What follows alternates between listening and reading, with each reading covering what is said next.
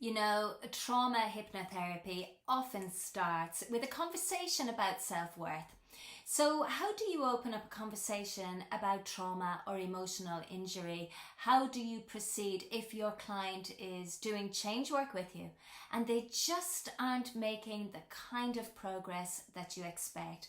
What do you say if you suspect that there is an underlying cause or some kind of an attachment trauma present?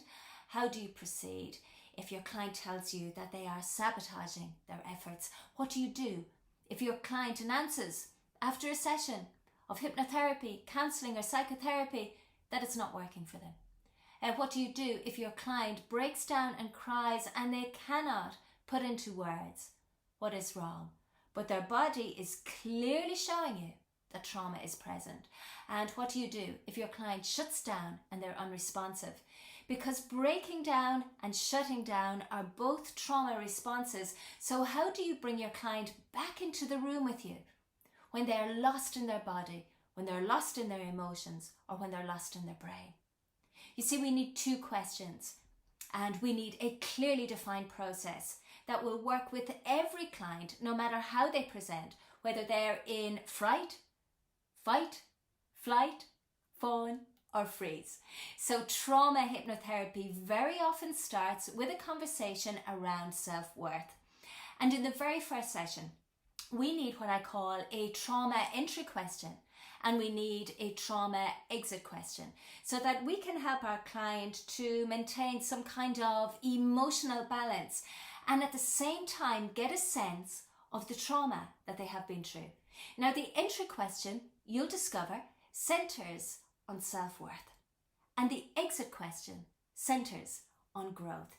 And because we are just in phase one of the three-phased approach, and phase one is all about safety and stabilization in trauma, we are deliberately staying at the edges of the trauma until we have given our clients the hypnosis-focused trauma grounding kit.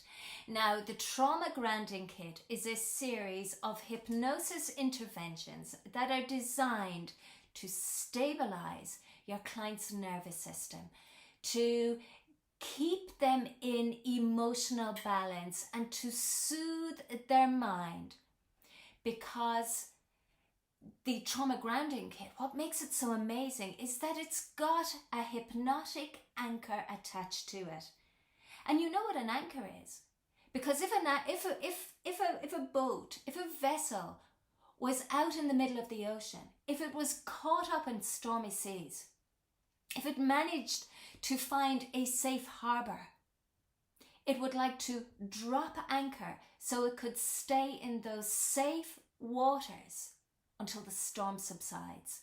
So that's what we're doing with the trauma grounding kit, is we're giving our client different hypnotic tools and interventions, and we're building a hypnotic anchor into them so that we're able to achieve a large and significant part of phase one, which is all about safety and stabilization. So I'm really looking forward to seeing you for the next part of this lesson. Bye for now.